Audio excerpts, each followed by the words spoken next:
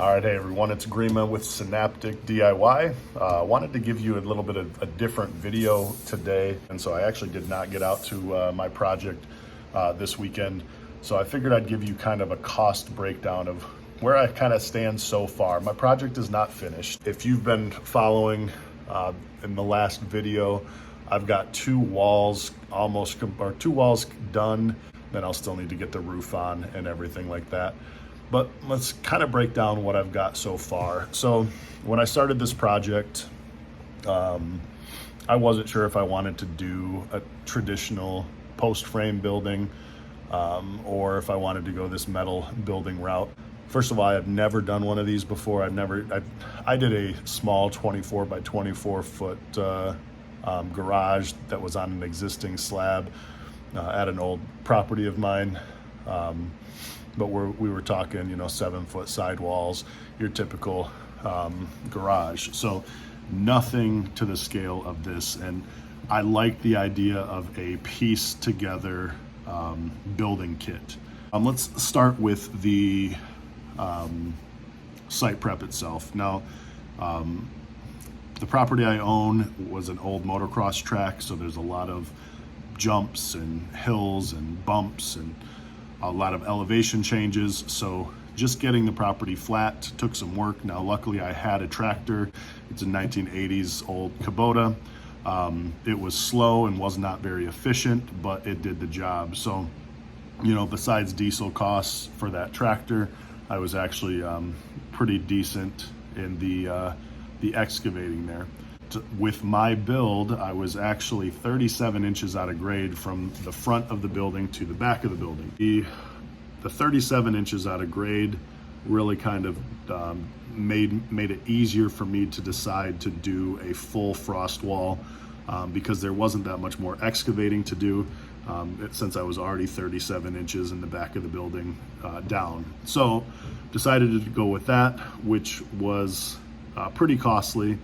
But I am glad that I did it. I'm in Michigan, and Michigan winters can be pretty brutal. So I am glad that I went with the frost wall. And here's the cost breakdown for that. So for the concrete alone, the mud alone, I was looking at about $6,500 for the mud. The panels for the wall, they were about $2,600 to rent them. Couldn't get around that cost. Did not realize it was going to cost that much. But yeah, so $2,600 to rent those panels. The rebar alone was about $800. And if I would have had to source the wood that I needed, I probably would be around $1,500 just in lumber costs. But I did find pretty good deals on Marketplace for used lumber. Some of the stuff that I had was even pretty rotted, but was still able to be used for forms around the footing and things like that. So, you could save yourself some money if you can find stuff like that as well. So I also, I did have friends in the concrete business, so I paid for their expertise and their help, paid for their time to help me with that part of the job. So all in all, without the concrete floor, so I'm talking just the footing and the wall, I was right around the $18,000 mark for concrete. That was kind of tough to swallow. Was not expecting that. Okay. So that was the concrete. Now the building materials themselves, I went with it's a 40 by 60 with 14-foot sidewalls and a 3/12 pitch on the roof. I did upgrade the panels to a 26 gauge panel, so a little bit thicker than normal. They're thicker than what you would get from like your normal home improvement stores. I went with wainscot, so that involves a whole nother girt at the 3-foot mark around the entire building. So the metal cost was higher with that. My building has gutters that have not been put on yet, but I have the gutters. I also purchased a kit for an overhang off of one of my corners, and it will overhang 12 foot off of the building on two sides of the building at a corner. So it'll be a nice little patio area that hangs off over that as well. I had different configurations and different prices from a lot of different companies, as low as $44,000 and as high as like $62,000. I was right around $53,000 for the kit that I eventually ended up purchasing. So that was $53,000, and that, you know, that $53,000 included to the site. I did have to unload the truck on my own, which did require a piece of equipment. To rent that piece of equipment for the day, I think it was right around $300. So $53,300 to get this kit and get it to my house. Now, that did not include garage doors, it did not include walk doors, and it did not include windows. So the windows that you see in my project are also separate. So $53,300 to get the kit to my property. So let's talk those windows and doors then.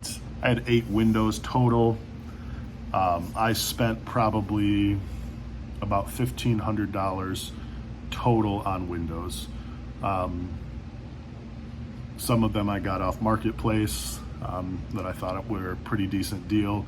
Went with casement windows that I got off Marketplace, and then also went with the better quality windows from Menards as well. So about $1,500 into windows. Doors, I picked up 2 walk doors for about $400 a piece with tax. So you're looking at about $1,000 total for the 2 doors. And then, you know, miscellaneous to get those doors installed, hardware package, things like that. So about $1,000 for the doors. And then that took me to trim. I originally ordered more trim from the company that I got the building from, but they were based out of Arizona and I'm in Michigan, so delivery costs just for trim was pretty ridiculous. So I sourced most of the trim locally, and I ended up spending about $500 more on trim itself for the doors and windows. And most of that was shipping costs from Arizona.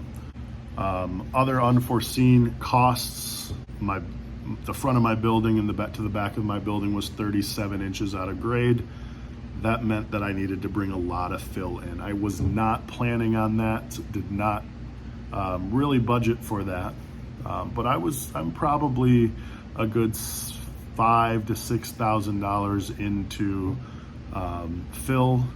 That includes some stone also that I brought in to put some drain tile. It's between $5,000 and $6,000 just in fill, and that will also go up as well. I'm going to need more. I needed a mini excavator the first day for the concrete. That cost $300. I needed the telehandler for unloading the wall panels, and then I needed the telehandler a different day for reloading the wall panels. So that was $300 a day, so that was almost $1,000 right there, just an equipment rental for the concrete. I got a little bit luckier with renting it for a whole month. For the whole month, it only cost me about $3,000 for the month. So equipment rental altogether, we're looking at about $4,000. And actually, that's better than I thought it would be. I thought that I would need multiple pieces of equipment, but because I didn't have the floor done inside the building, I couldn't use just a normal man lift. I had to rely on this telehandler that I put the little man basket on, and it did the job perfectly. And then everything else was just kind of little minuscule costs. Well, not minuscule because they add up, but diesel to run the machines, the costs of lunch, and when you have friends out helping, buying lunch, all of those things add up. So if you've been keeping track there, let's break it down here. by largest cost to smallest cost. So the building kit itself, largest cost about $53,000. Concrete cost about $18,000. Fill sand and stone, we're looking at about $6,000. Another $4,000 for equipment rental, about $3,000 for windows, doors, and trim, about $2,000 for diesel and other miscellaneous costs. That brings me to a grand total of about $86,000 that it cost me to do this job myself. So take that as you will. So yeah, just something to think about if you are thinking about doing something along these lines. Again, that is a 40 by 60 by 14 building with a 3/12 pitch roof. Yeah, I'm about $86,000 into the project as we stand now. So yeah, everyone, I'm a traveling teacher, so the project has slowed down quite a bit. I'm only getting out to Michigan on the weekends. Right now I'm teaching in Indianapolis, teaching middle school math. Hey everyone, so there's your shout out.